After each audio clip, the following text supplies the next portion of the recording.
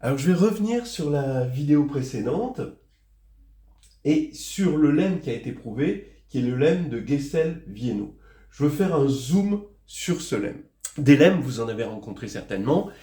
La plupart des lemmes qu'on a rencontrés sont des lemmes, on va dire, Kleenex. Des lemmes dont on se sert une fois et après on les jette, on les oublie. Ils servent d'outil technique à un théorème ou disons une subdivision qui va être technique dans la preuve d'un théorème ou la preuve d'une proposition. Mais il y a des lemmes qui tout d'un coup sont devenus des outils indispensables dont on se sert partout. Je pense au lemme de Gauss en arithmétique, il y a le lemme de Fatou en analyse, il y a le lemme de Burnside en théorie des groupes, là, ou la formule de Burnside qui a donné la théorie de Polya. C'est tout de même des lemmes qui tout d'un coup, qui ont pris le pouvoir en gros dans la hiérarchie des propositions, théorèmes, corollaires, etc. parce qu'ils sont devenus fondateurs. Ils sont très rares et généralement ils ne sont pas dus aux auteurs dont ils portent le nom. Le lemme de Gauss, vous vous doutez bien que c'était bien connu à l'époque même d'Euclide. Le lemme de Burnside, il remonte à Cauchy. Bon. Mais là, c'est un vrai lemme de Gessel-Vienno et il va falloir le voir comme une redécouverte du déterminant. C'est-à-dire, c'est incroyable de partir d'un objet qui... Bon, ce lemme est un lemme récent, donc le déterminant est connu depuis plus de 100 ans, et débarque ce lemme qui va révolutionner la vision qu'on a du déterminant, puisqu'il en donne une vision combinatoire. Alors, je vais rappeler un petit peu le lemme, et après on va voir quelques conséquences de ce lemme, des conséquences tous azimuts. Autour du déterminant, évidemment. Alors d'abord, je pars d'un graphe, il est orienté. Là, j'ai fait le graphe le plus simple possible, il est orienté est et nord, ou vers la droite et vers le haut. Je pars de n points dans le graphe, bon, je les ai pris ici, évidemment, j'aurais pu les prendre ailleurs, et n autres points, de z2 distincts, tout ça c'est distinct. Et maintenant, ce graphe, alors, il faut qu'il soit acyclique, il ne faut pas que je puisse, en suivant les flèches, donc il est orienté, donc il y a des flèches, et ici, je ne peux pas faire de tour. Ah oui, à partir du moment où on peut aller que vers la droite ou vers le haut, on ne peut pas faire de cycle. On ne peut pas, en partant d'un sommet, revenir sur le même sommet en suivant les flèches. Chaque arête est pondérée, et la pondération va dans un anneau. Donc c'est un élément d'un anneau. Donc, vous pouvez imaginer un corps, vous pouvez imaginer C, Z sur PZ, ou vous pouvez imaginer un anneau de polynôme, comme vous voulez, ou Z. Voilà. Quand j'ai un chemin, comme ici le chemin rouge, eh bien, j'appelle le poids du chemin le produit des poids des arêtes qui constituent le chemin. Et maintenant, quand je vais prendre cette donnée de n points distincts et la donnée de n autres points, tous distincts, j'ai un système de chemin de A vers B, d'accord, C1 jusqu'à Cn, où Ci va aller de AI vers un B, mais sigma de I. Donc ici, vous voyez que A1 va vers B sigma de 1. Étant donné qu'ils sont distincts, donc ça va, qu'il y a n éléments, ben ça va nous donner une permutation, sigma, qu'on va appeler sigma de S. Il est associé au système. D'accord ? Donc je n'ai pas dessiné évidemment tous les chemins, j'en ai dessiné que 2, mais vous pouvez imaginer ce que ça représente. Et le poids du système, ben, c'est le produit des poids des chemins. Donc finalement, c'est le produit de toutes les arêtes qu'on va rencontrer dans le système. Le lemme de Gessel-Vienno dit que si MIJ, c'est la somme des poids des chemins qui vont de I à J, donc I de 1 à N, J de 1 à N, alors on peut mettre les MIJ dans une matrice, à coefficient dans l'anneau. Vous remarquerez qu'on n'a fait que multiplier et additionner, donc bon, on est dans un anneau, c'est fait pour ça. Eh bien, on a Une combinatoire pour le déterminant de M, c'est la somme des S sans intersection de epsilon, la signature de sigma de S, pi de S. Donc pi de S a été défini, d'accord ?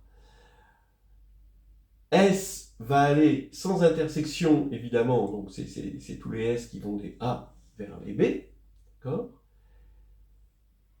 Epsilon de sigma S, c'est la signature de la permutation associée à S, et sans intersection, eh bien, ça veut dire que le système de chemin ne s'intersecte pas, n'a pas de sommet commun. Ici, par exemple, j'ai fait une intersection, hein, donc ceux-là possèdent une intersection. Il faut bien voir que le fait de ne pas avoir d'intersection, ça élimine énormément de systèmes. C'est ça qui est extraordinaire. C'est-à-dire que le déterminant, d'accord, qui, au départ, va considérer des systèmes avec intersection, c'est ce qu'on a vu dans la preuve de la vidéo précédente, eh bien, on élimine énormément de choses en ne gardant que les systèmes sans intersection. Vous voyez que ici, comment sont ordonnés les AI et les BI, si on veut qu'il n'y ait pas d'intersection dans ce graphe-là, eh bien, on est obligé d'avoir sigma égale l'identité. On est obligé d'avoir les trucs qui vont tout droit. Voilà. Hein, ça élimine tout. Alors qu'au départ, les systèmes devaient être indexés déjà par Sn, donc il y en avait factoriel n. Et en plus, pour un sigma donné, il pouvait y en avoir plusieurs. Alors que là, tout est bien rangé, il y a eu une élimination énorme. Et en plus que le epsilon, étant donné qu'on a l'identité, eh bien c'est sigma, c'est l'identité, donc l'epsilon, c'est égal à 1, donc on n'a plus qu'à compter. Et on a vraiment des renseignements sur le déterminant, puisque on l'a connecté avec une certaine combinatoire des chemins. Voilà. J'espère que, en voyant ce lemme, vous redécouvrez une nature du déterminant, un champ des possibles du déterminant, et c'est ce que Guessel et Viennot ont exploité. Alors regardez, par exemple, pour vous montrer que ce lemme qui est arrivé bien après l'invention du déterminant a précédé le déterminant dans la théorie, puisque on montre, précédé, disons, est à la fondation du déterminant, parce que ce que fait le déterminant, ce qui nous intéresse le plus dans le déterminant, c'est le fait que det de AB égale à det de A fois det de B, et bien ça peut être vu facilement avec le lemme de Guessel-Viennot. Regardez, on prend A et B, deux matrices de Mn de K. A, bon, c'est AIJ, B, c'est BJK, d'accord ? Et je vais regarder le déterminant de AB. Alors je vais créer un graphe où les arêtes, c'est des arêtes qui vont de ces points-là vers ces points-là, et de ces points-là vers ces points-là. Voilà. Les arêtes rouges, donc ici on a des points indexés par K, ici on a des points indexés par J, et ici des points indexés par I. Tous de 1 à n. On met une pondération sur les arêtes. Ici, quand le point va de K vers J, on met la pondération BJK, qui correspond à la matrice B. Et quand là, le point va de BJ vers CI, eh bien, on pondère avec AIJ. Donc AB, par la définition du produit matriciel, eh bien, son coefficient en IK, eh bien, ça va être la somme des poids des chemins pour aller de K vers I. Ici, on va de K, ici vers I. Donc, quand on veut tous les chemins qui vont aller de K vers I, eh bien, on passe par un élément J intermédiaire, et ensuite on va vers K. Voilà. Et on fait la somme des produits des pondérations. Donc c'est exactement, vous vérifiez que c'est exactement le coefficient en AB. Donc voilà pour det de AB. Bien, det de A, alors attention, hein, les S sont sans intersection. Ça va être important. Le déterminant de A, vous pouvez l'extraire ici, d'accord, aussi de ce graphe. Ça va être la somme, juste, on va regarder les flèches vertes et les pondérations ici que l'on a des flèches vertes. S de B aussi. Alors, ici, c'est sans intersection, mais de toute façon, pour B, on va des points A vers les points B, des points AK vers les points BK, BJ. Donc, de toute façon, on n'aurait jamais eu d'intersection, parce qu'il faut que, ici, on ait des éléments distincts, et ici, que ça aille vers des éléments distincts. Ici, ça correspond à une permutation, hein, normalement. Et ici, pareil, on a ces flèches-là qui doivent correspondre à des permutations, pour le det de A et det de B. Donc ici, on a les systèmes en vert, et là, on a les systèmes en rouge. Voilà. Et donc maintenant, qu'est-ce qu'on dit? On dit que quand on va faire le det de A fois le det de B, on va avoir pi de SA, pi de SB. Donc effectivement, comme on concatène SA, le système rouge et le système vert, on va avoir par cette formule-là le produit, ça va nous donner le système S. Ici, vous allez avoir epsilon sigma de B, epsilon sigma de SA, mais vous voyez bien que le sigma de B ici, rond sigma de A, ça va être le sigma total ici qu'on obtient quand on concatène les chemins. Donc on sait, comme epsilon est un morphisme, qu'on va obtenir le produit ici.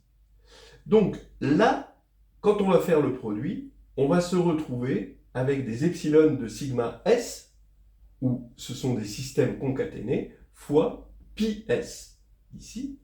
Mais maintenant, le truc génial, c'est que ici, c'est sans intersection. Si ici, on avait accepté les intersections, on aurait pu avoir des intersections comme cela, vous voyez, donc des chemins ici et des chemins là, et du coup, on n'aurait pas pu, en quelque sorte, factoriser le système de A vers C par un système de A et un système de B. Vous voyez, parce qu'ici, c'est plus une bijection, donc c'est plus un système, parce que pour un système, il nous faut une bijection. Voilà.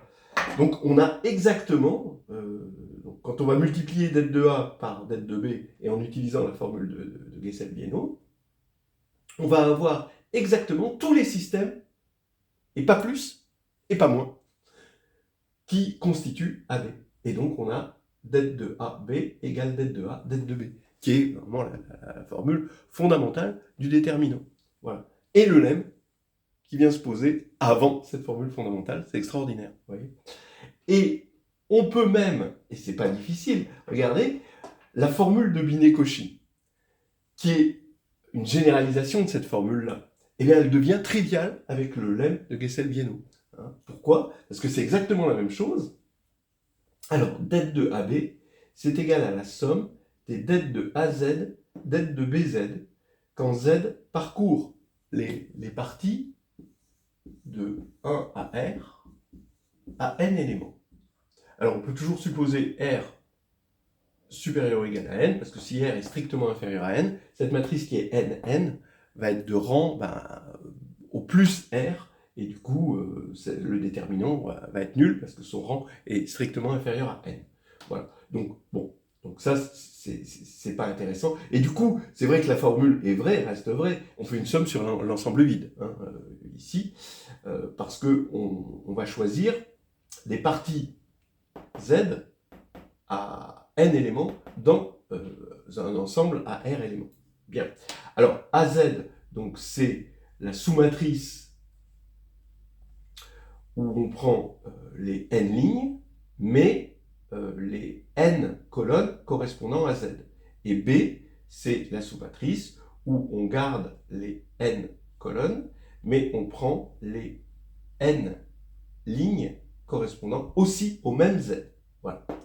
Eh bien, vous voyez que la preuve de cette formule, hein, la formule de Minekoshi qui est fondamentale dans le déterminant aussi, ben, on prend ici, on a n, n, n, on n'a qu'à rajouter des points ici, de sorte à ce qu'il y en ait r, cette fois-ci j va de 1 à r, et là, on voit que c'est exactement, donc ce terme de gauche va se scinder en des S qui se factorisent par un ensemble à Z éléments. Comme il n'y a pas d'intersection, le terme z de AB est indexé ici par des S, et on va subdiviser les S en les factorisant par des chemins qui passent par une partie Z des éléments BJ, J de 1 à R. Et comme il n'y a pas d'intersection, eh bien Z est de cardinal exactement N. Il ne peut pas y avoir de situation comme ceci. Donc c'est exactement la même preuve. La preuve de det de AB égale det de A, det de B, eh bien exactement la même preuve. Vous avez la formule de Minekoshi, c'est pas plus difficile. Voilà, par la combinatoire, comment la combinatoire vient nous aider dans ce genre de situation. Voilà, la prochaine fois, on verra une magnifique application du lemme de Glessel-Vienno appliquée au polynôme symétrique. Voilà. Et il mérite qu'on l'appelle le lemme qu'on l'aime.